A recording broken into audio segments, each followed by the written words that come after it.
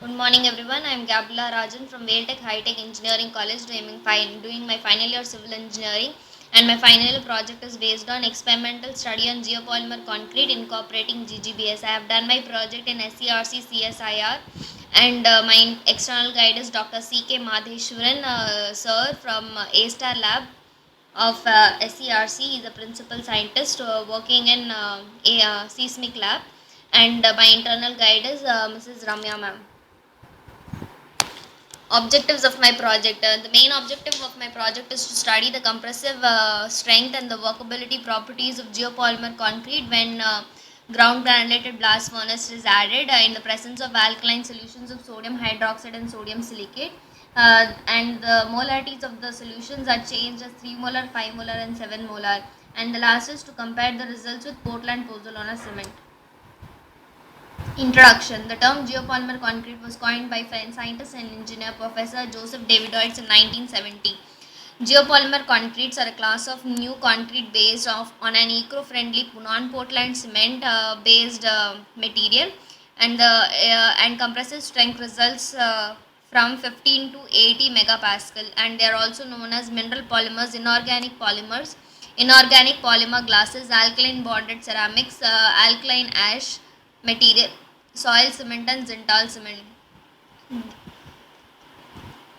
Advantages. The advantages of geopolymer concrete are development of eco-friendly construction material, alternative to Portland cement, reduction of water curing, fast setting of concrete, consumption of iron slag in construction techniques, excellent durability and mechanical properties, and also acid and sulfate attack compared to conventional concrete. And these materials can also be used in sewer pipes, paver blocks, precast concrete, geopolymer products. Composites. Geopolymer composites are geopolymeric material as binder instead of Portland cement. They are made by adding aluminosilicate present in mineral admixtures such as GGBS and fly ash. Geopolymers are inorganic polymers and possess excellent mechanical properties. Ground granulated blast furnace slag (GGBS). It is produced during production of iron by burning coke fuel with fluxing agents like limestone and dolomite. Blast furnace slag is a non-metallic co-product produced during iron ore reduction process. It consists primarily of oxides of calcium, aluminium, silica, iron, sodium, etc.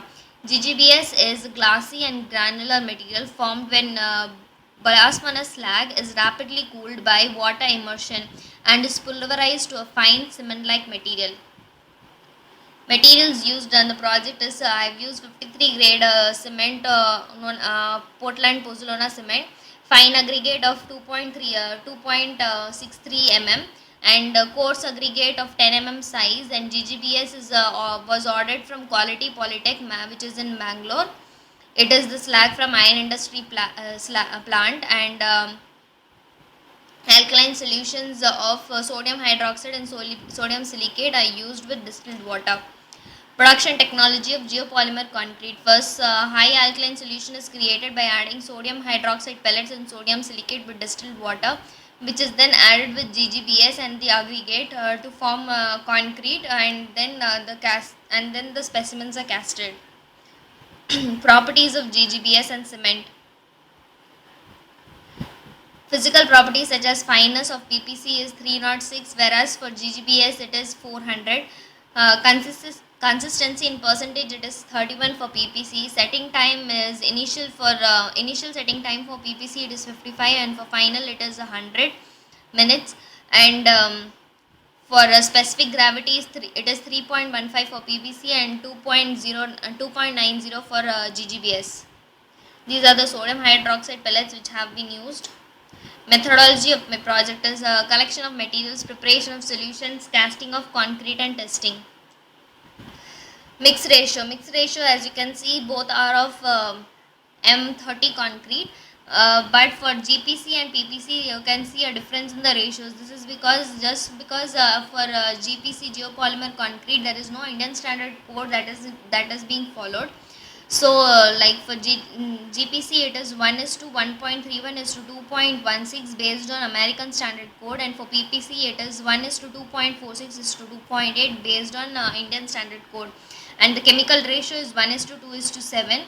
Where 1 indicates sodium hydroxide, 2 is sodium silicate, and 7 is the water.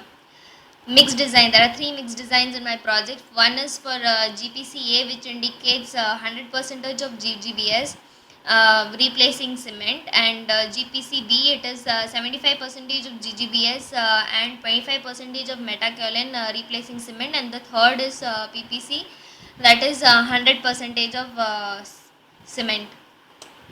These are the casted specimens.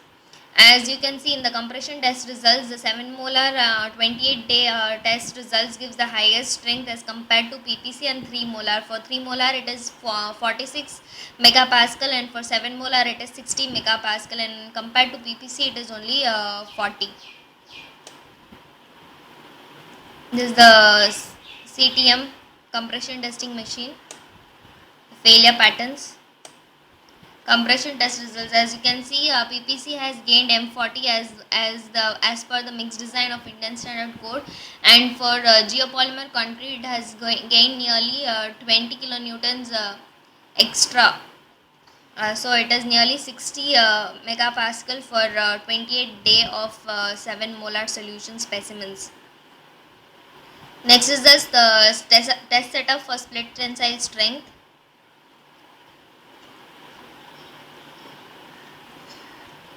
Failure patterns.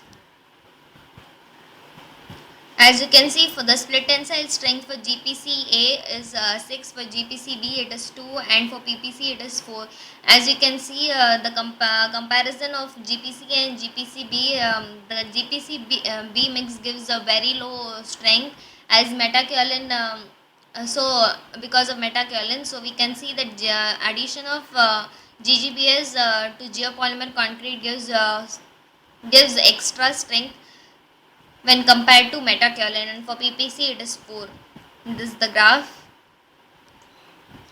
Stress strain relationship of geopolymer concrete. For 5 molar solutions it is like for 14,142 megapascal, and for 3 molar it is 13,500 megapascal. Though it is a bit less than the ordinary conventional concrete, we prefer using geopolymer concrete since we are using a waste material in it. So compression test on geopolymer cylinders were done, and software called Catman software is used to calculate the stress and the strain, which generates the graph. Next is the flexural strength comparison between ground granulated blast furnace slag in geopolymer concrete and conventional concrete. As you can see, the results are 5.4 for GPCA and for 3.2 for PPC. These are the test setup and the failure patterns. A 2-point load setup was done for the flexural test, and then the load was applied. My next experiment was done with partial replacement of sand with quarry dust. I have done this experiment only because these days natural sand is being depleted, and the use of an alternative material is very much needed. So I have done the experiment with the replacement of natural sand with quarry dust, and done with a ratio of 50, 60 and 70% of replacement, where QDC 1 is 50% of quarry dust replacement, and for QDC 2 it is 60% of quarry dust being replaced with natural sand, and QDC 3 it is 70% of quarry dust replaced with sand. Here the material ratio is 1 is to 1.647 is to 2.63, which is the mixed proportion of M30 concrete. As you can see, the compressive strengths have been increasing. Failure patterns. From the graph, we can see that the 70% of replacement of quarry dust with sand gives a maximum strength after 28 days. And the cost analysis of GPC and PPC have been done, which indicates that nearly 20% increase there is a 20 percentage decrease in the cost of GPC when compared to PPC. From the results from the experimental study done, I can conclude my project by saying that as we increase this concentration of sodium hydroxide in geopolymer concrete, the geopolymer concrete after 28 days gives higher strength, and mix 3, that is 7 molar, gives the highest compressive strength, and increasing the percentage of quarry dust, the compressive strength also increases. So it can be observed that quarry dust can be used for the replacement of sand in Portland cement concrete. These are the references which have been used. Thank you.